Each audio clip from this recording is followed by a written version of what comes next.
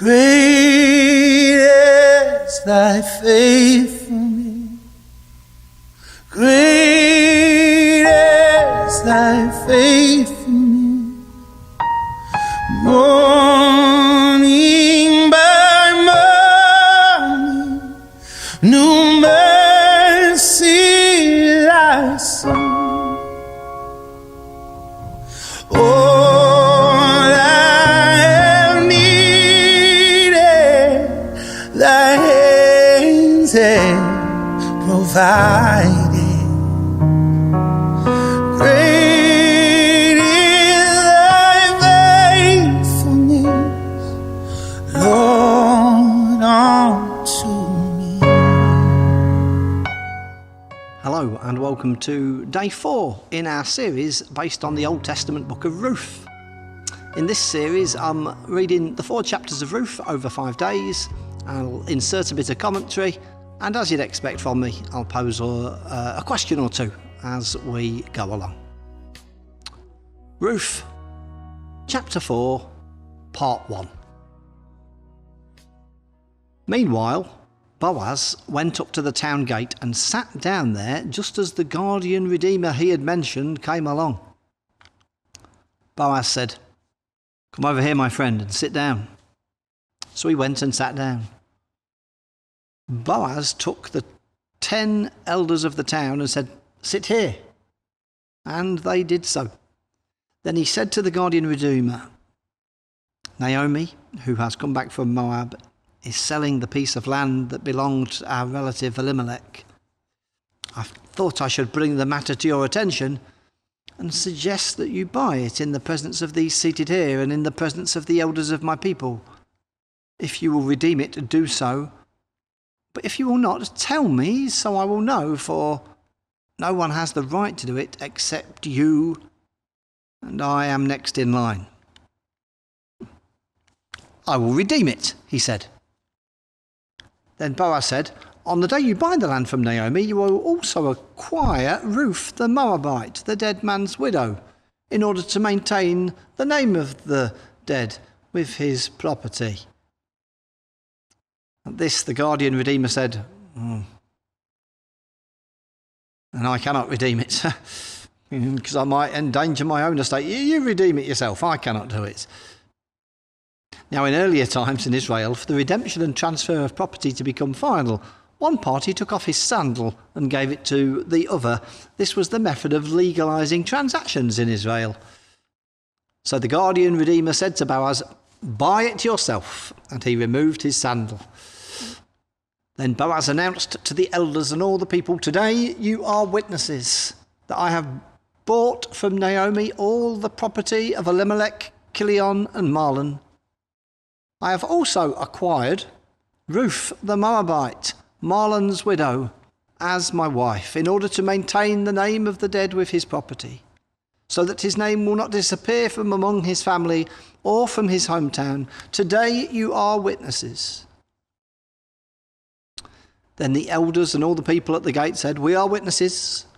May the Lord make the woman who is coming into your home like Rachel and Leah, who together built up the family of Israel. May you have standing in Ephratah and be famous in Bethlehem. Through the offspring the Lord gives you by this young woman, may your family be like that of Perez, whom Tamar bore to Judah."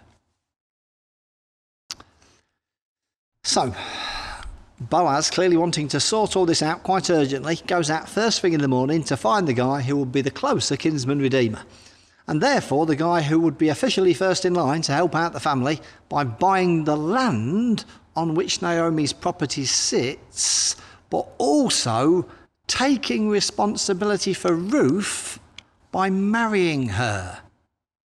Or as the story puts it, acquiring her. What do you make of this? Boaz arranges for the man to discuss this with him and brings in the 10 elders of the city who presumably witness and ratify whatever discussions and deals take place. Boaz tells the other kinsman that Naomi is looking to sell some land that belonged to her husband and Boaz tells the man that as first in line kinsman redeemer, he gets first dibs on it. I imagine that Boaz's heart is in his mouth for all of this, as I picture him as having took a genuine fancy to Ruth. And as it turns out, it seems this kinsman redeemer is indeed interested in the property, and I imagine at that point Boaz's heart sank. But Boaz then informs the fella that if he does buy the property, he'll also have to take on Ruth as his wife. You don't see that on Homes Under the Hammer. Thankfully for Boaz, that all seems like a lot of hard work to the man. So he turns the whole thing down, and Boaz is next in line and can now go for it. To seal the deal, one of the guys takes off his sandal in an ancient equivalent to handshakes, no paperwork. That's how they did things then. The elders give their blessing, and Boaz and Ruth are free to get together. We read on. So Boaz took Ruth, and she became his wife. When he made love to her, the Lord enabled her to conceive, and she gave birth to a son.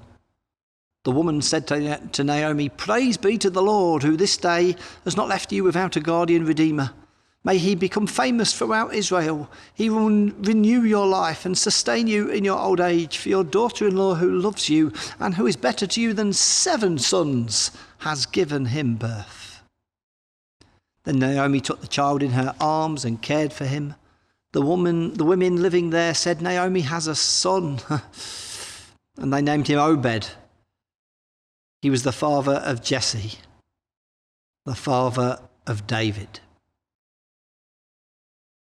So Ruth and Boaz make it official.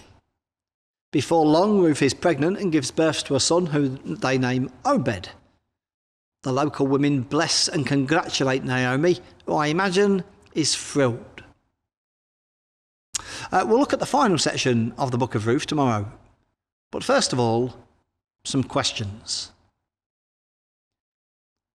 The story tells us about Ruth and Boaz's family connections and wealth, but it doesn't say anything about their physical appearance. Do you think our society places too much of an emphasis on physical appearance? Although it may be implicit, neither love or romance are mentioned in this book. Would you say that Ruth and Boaz are part of a love story?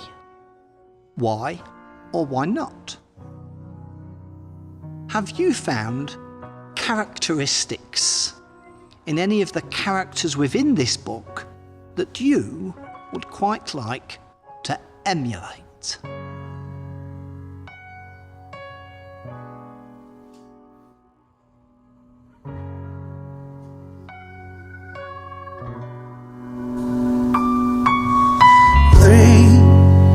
Is thy faithfulness, oh God, my Father? There is no shadow of turning with thee. Thou changes not. Thy compassions, they fade not. As thou hast been, thou forever will be. Great is thy faithfulness. Great is thy faithfulness. Morning by morning, new mercies I see. All I have needed, thy hand